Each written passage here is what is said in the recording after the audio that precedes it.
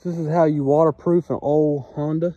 This is a 2009 Honda Foreman 500 with the carburetor on it before fuel injection was a thing. I'm going to show you how I got it completely waterproof.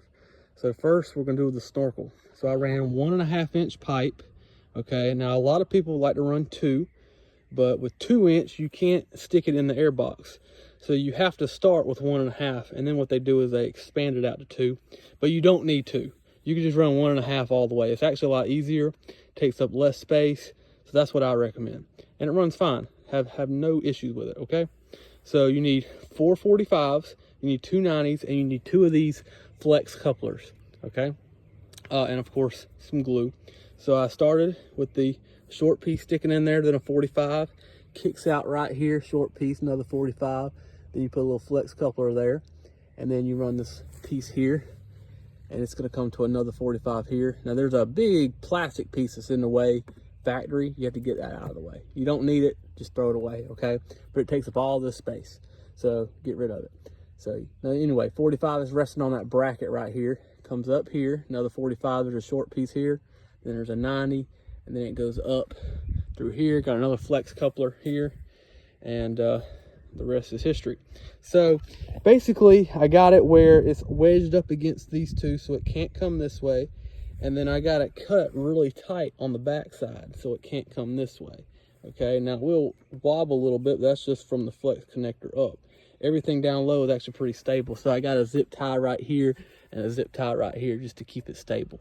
Okay, so that's how I did that. As far as vent lines go, you got a fuel vent line right here. Okay, very important. You don't want water getting in your tank. Okay, so I ran it up here, kind of rerouted it up through here, and I got all these vent lines coming through this factory hole right here, so I didn't have to cut anything. It's a tight fit, and if you're going to do it, I recommend that you, when you run your vent lines, to start here and go through there first. Don't run them up and then try to push them up to the bottom, because it's aggravating. Save yourself the headache and just run them straight down to wherever they got to go. Okay, so you got your fuel vent line. You got 3 vent lines coming off the carb. One of them I didn't have to run all the way up, but I did. So you got one coming off the side, one coming off this side, which is actually a little bit bigger, and then one coming out the bottom. And that's the one you don't have to run. If you want to, all you gotta do is plug it. And so it's just an overfill, and when it floods or something. So it's not really, you don't have to run it, but I went ahead and ran it anyway. Okay, as far as your airbox lid goes, do not glue this thing on here. If anything, get a new seal for it if it needs a new seal, or just use some dielectric grease. These things are actually pretty great at keeping water out, to be honest. As far as the inside of it, I took the air filter out and I put gasket maker all on the inside around all the seals, and then I did what I could on the outside. I was a little bit lazy. I didn't want to take the whole air box out and have to take it out the car because it's really annoying. I didn't want to have to do that, so I just did what I could on the outside, and I did it really good on the inside. I've already tested it. No water's getting in there at all. I've been this deep. Okay, so yeah, so you got 3 coming out there. You got your 1 fuel line, you got 1 for your front diff, which is right here.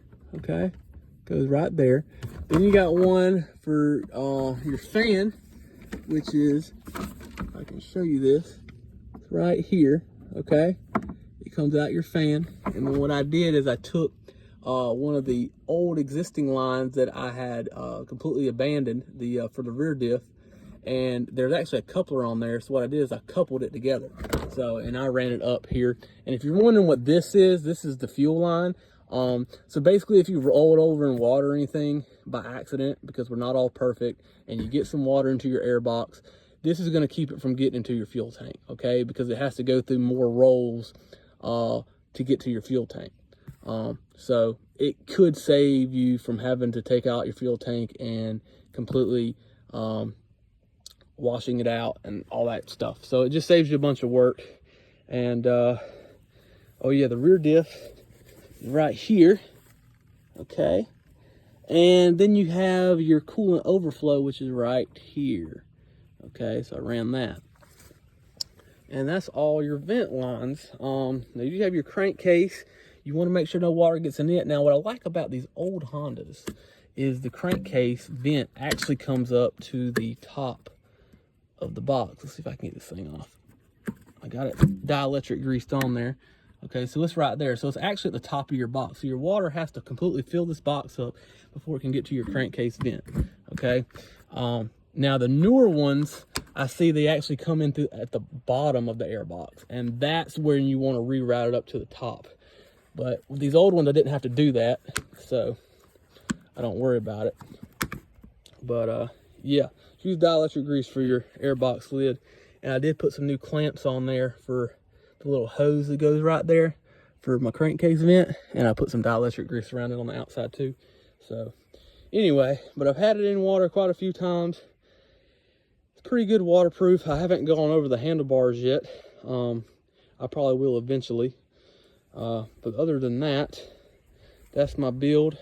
If you're wondering about the wheels and tires, these are 28-inch Moto Bosses. They're 10 wide.